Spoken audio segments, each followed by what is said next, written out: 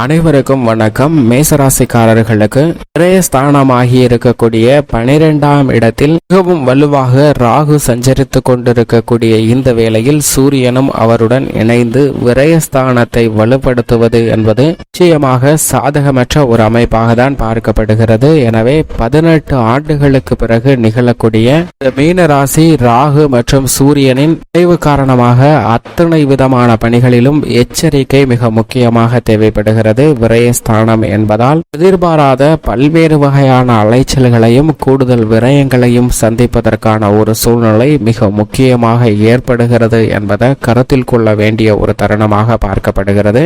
பொதுவாக 18 ஆண்டுகளுக்கு பிறகு சூரியனும் ராகுவும் இணைந்து குருவின் ஆட்சி வீடான மீனராசியில் சஞ்சரிப்பது நிச்சயமாக அதிர்ஷ்டமா துரதிர்ஷ்டமா என்று கேட்டால் இது ஒரு முரண்பாடான கிரக சேர்க்கையாகவும் துரதிர்ஷ்டவசமாக பல நிகழ்வுகள் நடைபெறுவதற்கான ஒரு சூழ்நிலையும் அமைந்துள்ளது என்பதை தெளிவாக எடுத்து காட்டுகிறது.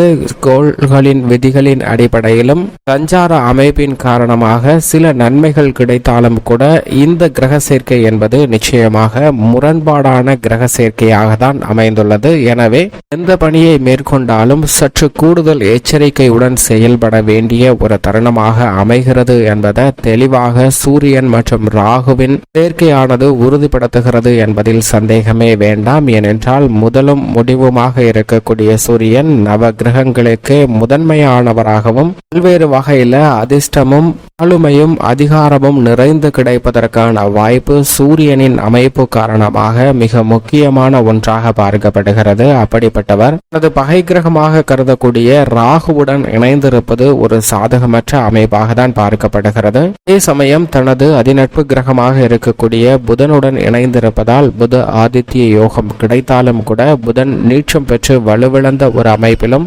அக்ரகதியிலும் திரும்பி சஞ்சரிக்க போகிறார். எனவே இந்த தருணத்தில் சற்று புத ஆதித்ய யோகம் இருந்தாலும் கூட மிக வலுவான கூட்டணியாக பார்க்கப்படுவது நிச்சயமாக ராகு மற்றும் சூரியனின் சேர்க்கை தான். ஏனென்றால் விபரீதமான அதிரடியான மாற்றங்களை சந்திப்பதற்கான ஒரு சூழ்நிலை உருவாகிறது.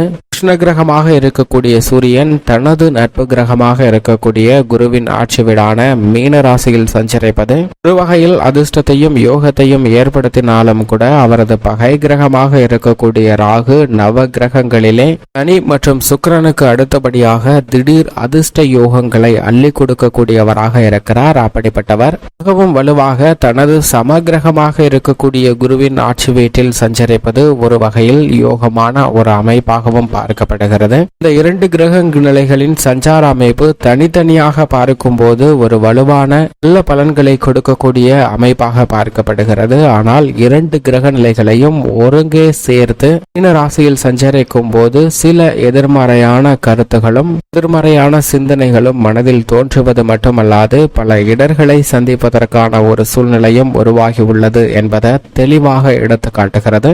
இதற்கு மிக முக்கிய காரணமாக பார்க்கப்படுவது ஆழ்கடலில் இருந்து கடைந்த தீர்த்தத்தை பருகும் போது சூரியன் மற்றும் சந்திரனின் அதிவேளையால் ராகு கேது என இரண்டாக பிரிய வேண்டிய ஒரு சூழ்நிலையானது ஏற்பட்டது. தலைப்பகுதியாக ராகுவும் வால் பகுதியாக கேதுவும் அமைந்திருக்கின்றன. இந்த ராகு மற்றும் கேதுவினுடைய இந்த நிலைக்கு மிக முக்கியமான காரணமாக பார்க்கப்படுவது சூரியன் மற்றும் சந்திரன் தான். எனவேதான் ராகு சூரியன் மற்றும் சந்திரனை தனது ஜென்ம விரோதியாக பார்க்கிறார். எந்த நிகழ்வாக இருந்தாலும் சூரியனின் சந்திரனின் ஆதிக்கமோ அல்லது சில முன்னேற்ற வாய்ப்புகள் கிடைக்கக்கூடிய ஒரு சூழ்நிலை ஏற்பட்டாலும் கூட அதை ராகு அடுத்துவிட்டு பல்வேறு வகையான சிரமத்திற்கு உள்ளாக்கக்கூடிய ஒரு சூழ்நிலையை நிச்சயமாக ஏற்படுத்தி கொடுப்பார். நிழல் கிரகம் என்று சொல்லக்கூடிய ராகு இவருடைய ஜாதக அமைப்பில் 3, 6, 11 ஆகிய இடங்களில் நல்ல பலன்களை நிறைந்து கொடுப்பாருங்க.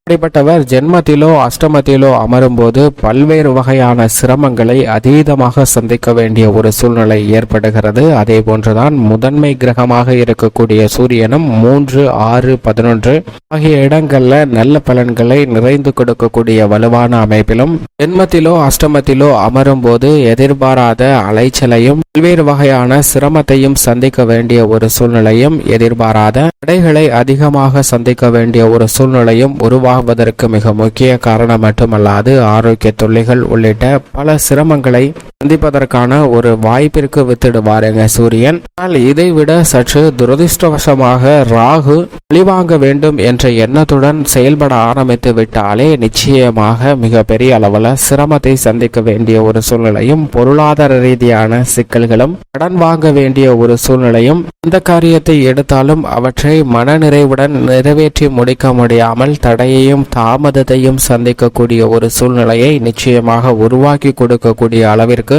சக்தி வாய்ந்தவராக பார்க்கப்படுகிறார். ஏனென்றால் குரு முழு சுபகிரகமாக இருந்தாலும் அவருடைய செயல்பாடு மற்றும் பலன்கள் தனிவிதம். ஆனால் சுக்கிரனும் சனியும் கொடுப்பதாக இருந்தால் திடீர் அதிர்ஷ்ட யோகங்களை அள்ளி கொடுப்பார். அப்படி சுக்கிரனுக்கும் சனிக்கும் நிகரான சக்தி வாய்ந்தவராக இருப்பவர் ராகு. அவருக்கு துரோகம் செய்த சனியின் தந்தையான சூரியனுடன் இணைந்திருக்கக்கூடிய இந்த வேலை என்பது நிச்சயமாக கவனம் அதீதமாக தேவை. ஏனென்றால் ராகு மற்றும் கேதுவின் பழிவாங்கல் நிகழ்வு காரணமாக தான் சூரிய கிரகணம், சந்திர கிரகணம் போன்ற வானில் பல்வேறு விதமான ஆறுதல்கள் ஏற்படுகின்றன. ஏனென்றால் மற்ற கிரகங்களின் இயக்கங்களையே பாதிக்கக்கூடிய அளவிற்கு சக்தி வாய்ந்த கிரகங்களாக பார்க்கப்படுகின்றன ராகு கேதுதான்.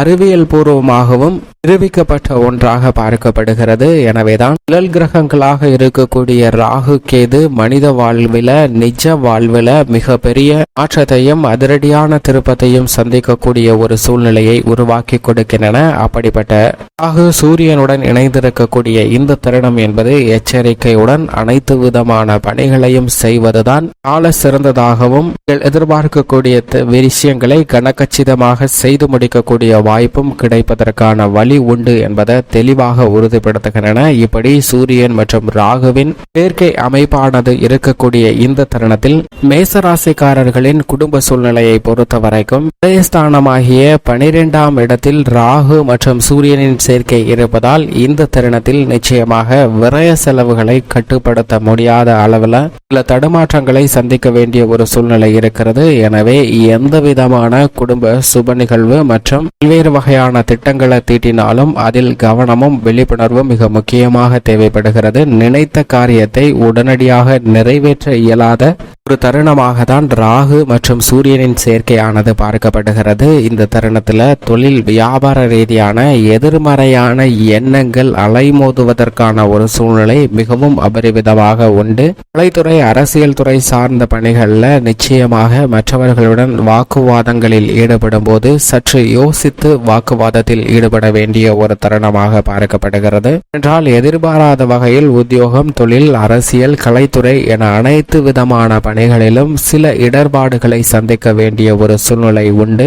நிச்சயமாக எதிர்கொள்ளக்கூடிய தருணத்தில் மற்றவர்களின் முக்கிய ஆலோசனையை ஏற்று நடப்பது, மேலும் குறிப்பாக குடும்பத்தில் மூத்தவர்களின் ஆலோசனையும் உங்கள் நலன் விரும்பிகளின் ஆலோசனையும் ஏற்று நடப்பது பல சிரமங்களை விளக்கும். பெண்மணிகளுக்கு எதிர்பாராத சில விரய செலவுகளும் ஏற்படுவதற்கான சாத்தியக்கூறுகள் உண்டு. சற்று கவனத்துடன் இருக்க வேண்டிய ஒரு தருணமாக பார்க்கப்படுகிறது. இந்த தருணத்தில் சிரமத்தை குறைத்து நன்மை அதிகரிக்க வேண்டும் என்றால் நிச்சயமாக தினமும் காலை வேளையில் சூரியனை வழிபாடு செய்யுங்கள். மாலை வேளையில் அருகாமையில் உள்ள ஆலயம் சென்று தீபமேற்றி வழிபாடு செய்யுங்கள். நல்ல பலன் உங்களை தேடி நிச்சயமாக வரும்.